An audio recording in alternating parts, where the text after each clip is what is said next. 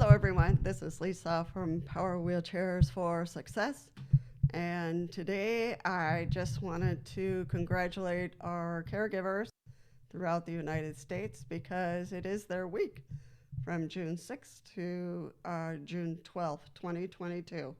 So congratulations to all of you and hope you all are doing well.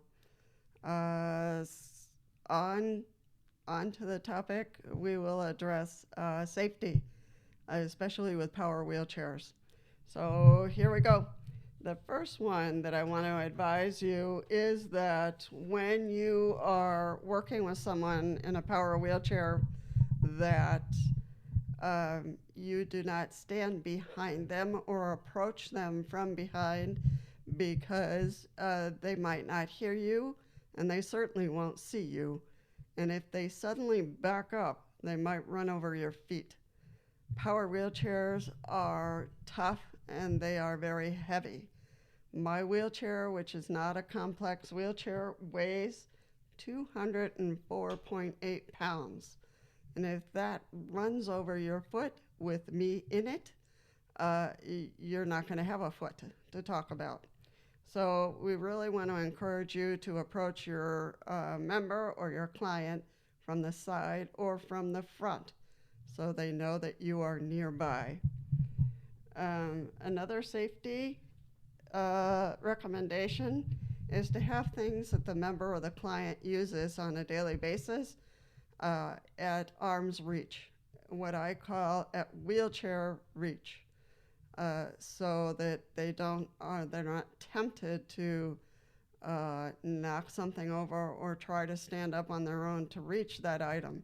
So keep it at wheelchair reach. I'm on a wheelchair right now, so whatever, in our kitchen we have accommodated now to have things at my reach. So little things that I use on a daily basis, which has helped a lot.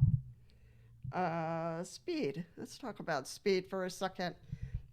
Speed is important because the person who's starting to use a power wheelchair or has difficulty sometimes in using the power wheelchair, the best thing they can do is slow down.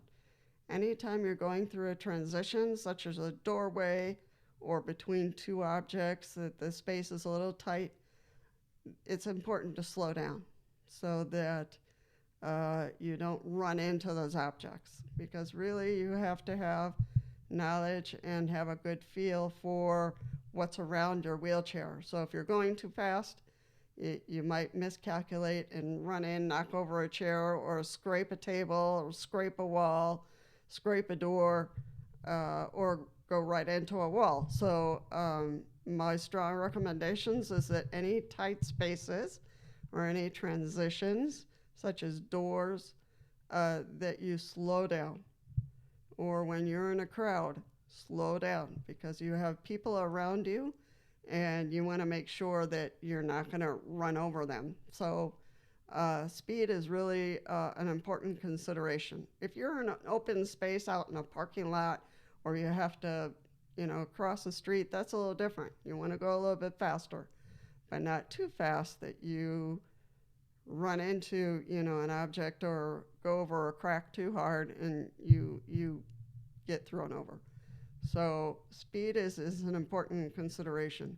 If your client or patient has ever driven a car, they'll understand what you're explaining, to slow down when they're going through those doors or over a floor transition or between two objects. So that's really important, to slow down.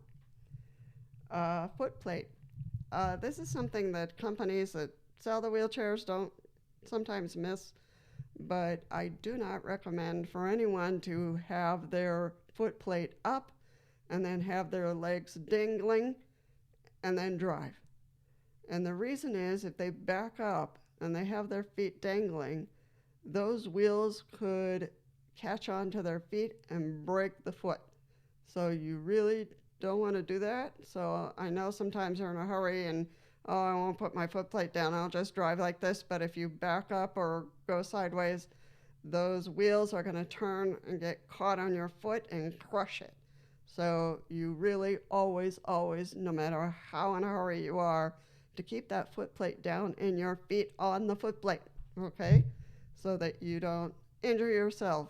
So, including the caregiver, if they're in the wheelchair, always put that foot plate down.